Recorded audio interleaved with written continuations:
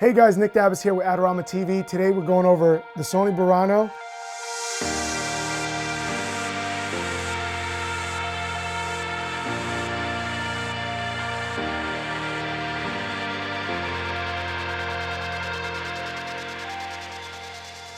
So where I see this camera fitting between the FX9 and the Venice 2 is definitely more towards the Venice 2. It's a great gimbal camera, it's lightweight, and it's great for handheld use. Let's go over some of my favorite features. For one, it's got a PL mount, and underneath this PL mount, just like the Venice, it's got a locking E mount. The BURANO's ND filter is unique because it's a variable electronic ND system, which goes from 2 stops to 7 stops.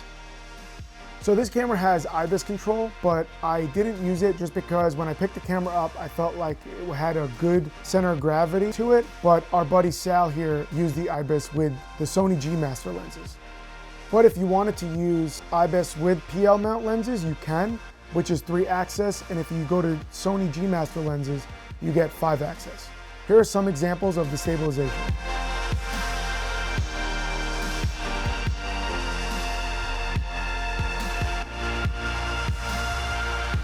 With Sony G Master lenses, you can do autofocus on this camera. Autofocus covers 89% of the image area, and it also has subject recognition.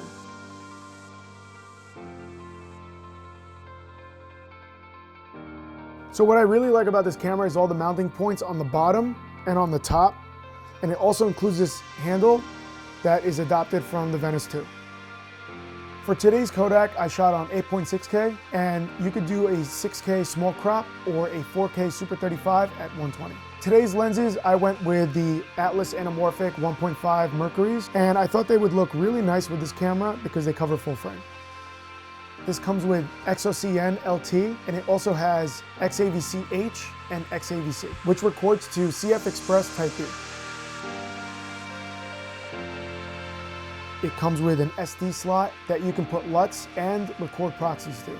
The other thing that's really cool is it's got built-in sound as well. And then also it's got 2 SDI ports that are independent, and you also have time code, which is great. This camera, it's got a built-in V-mount. I was really impressed with its battery life. I shot all day long with a 150, and I have 2 bars left. If you're planning on shoulder rigging this camera, there's an optional grip that controls the camera just like an FX9 and FX6. The BURANO comes with a control unit that acts as an LCD or a viewfinder. And what's unique about this is it adopted the menu system just like the Venice, so you can place this anywhere on the camera and control the camera. And it has features like frames per second, ISO, ND filter, and white balance.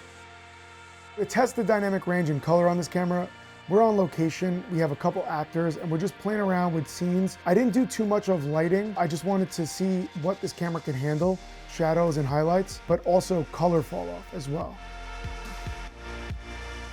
The one thing that I noticed is it feels a lot like the Venice to me, and it also uses all the Technicolor LUTs from Sony's website. It's not complicated like the higher end cameras. You could put a regular cube file into this.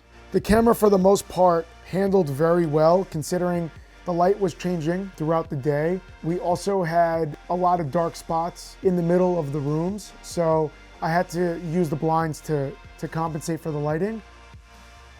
Base ISO on this camera is 800 and 3200. In 800, you have 6 stops and 10 stops in the shadows, and then also for 3200 ISO, you also have 6 stops in the highlights and 10 stops in the shadows. You're really not limited when you're moving from the base ISO. So you're not really limited in terms of dynamic range, but you're also not limited in terms of color fidelity, which is very important.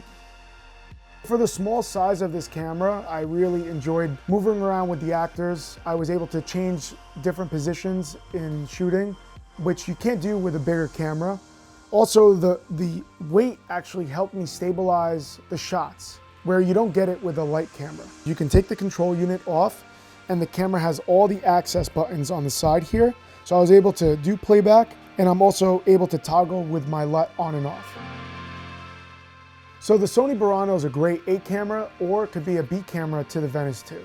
This camera, I believe, is for anybody that wants a lightweight system, anybody that is running and gunning. If you are gonna be on easy rig or Steadicam, or even a gimbal, this is a great option. Thank you, Sony, for sending us this camera. We had a joy using it. Thank you, Adorama, for putting this video together. Don't forget to like, comment, subscribe to Adorama TV, and we'll catch you next time. Peace, guys.